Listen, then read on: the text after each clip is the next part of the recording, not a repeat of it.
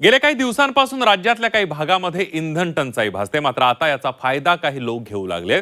एका गरोदर महिलेला पोटात तीव्र वेदना होत असताना तिला डिझेल नाही असं कारण देत रुग्णवाहिकांना नाकारली गेली। शेवटी खाजगी रुग्णवाहिकेनं तिला रुग्णालयामध्ये हलवावं लागलं। धक्कादायक बाब म्हणजे शासनाच्या 102 आणि 108 या आपत्कालीन सेवांनीही वेळेवर प्रतिसाद दिला नाहीये।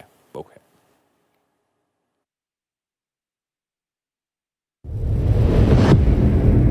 हिंगोली जिल्ह्यातली डिझेल टंचाई आता केवळ वाहतूक किंवा शेतीपुरती मर्यादित राहिलेली नाही, तर ती थेट लोकांच्या जीवावर पेटू लागली आहे। नालेगावच्या रहिवासी मनीषा इंगळे या गरोदर महिलेला जवळा बाजारातल्या प्राथमिक आरोग्य केंद्रात दाखल केलं। मात्र प्रकृती गंभीर असल्यामुळे डॉक्टरांनी त्यांना तातडीनं हिंगोलीच्या शासकीय वैद्यकीय महाविद्यालयात हलवायला सांगितलं। रुग्णाच्या नातेवाईकांनी आरोग्य केंद्रातल्या सरकारी रुग्णवाहिकेची मदत मागितली, पण गाडीत डिझेल नाही, स्वतःची व्यवस्था करा असं धक्कादायक उत्तर त्यांना मिळालं।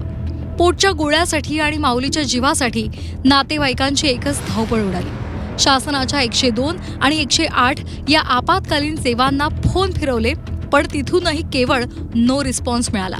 शेवटी स्वतःचे पदरचे पैसे मोजून खासगी रुग्णवाहिकेनं त्या महिलेला हिंगोलीत दाखल केलं।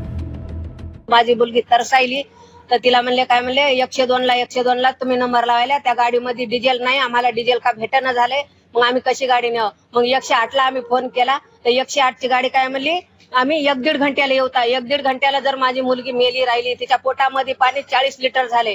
बाळ 7व्या महिन्यामध्ये आता इथं डिलेव्हरीला आणलंय, तिच्या पोटामध्ये पाणी झालंय 40 लिटर। तुम्ही काय करा, परभणीला घेऊन जा आमच्या इथं म्हणू लागले। तर मग आम्ही आलो होतो हिंगोलीला, तर ती गाडीच भेटणं झाली। 7वा महिना आहे आता चालू, पण त्यांच्या पोटामध्ये इतकं पाणी झालं, एक दिवस असं पाणी जास्त वाढत चालले। तर त्यांना दवाखान्यात नेलं तर ते म्हणले, डॉक्टर म्हणले हिंगोलीला न्या, हिंगोलीला ट्रीटमेंट चांगली करतात। मग आम्ही इथं घेऊन यायलो, तर जवळा बाजारमध्ये गेलो तर त्या म्हणतात आता गाडी येते मग येते, आणि पुन्हा त्यांना गाडी तिथंच होती। बरं, मी म्हणलं गाडी तुमची इथंच आहे, तर तुम्ही म्हणलं गाडी घेऊन या, तर ते म्हणले त्याच्यामध्ये डिझेलच नाही, आणि आता तुम्ही तुमची प्राईट करा आणि न्या, तुम्ही दुसऱ्याच गाडीला फोन लावायले, ते नंबर पुन्हा आमच्याच पशी चाललाय, अशा काय करायले। हिंगोली जिल्ह्यात डिझेल मिळत नसल्यामुळे पेट्रोल पंपांवर शेतकऱ्यांच्या वाहनांच्या रांगा लागल्यात। त्यामध्ये आता आरोग्य यंत्रणेलाही याचा फटका बसतोय।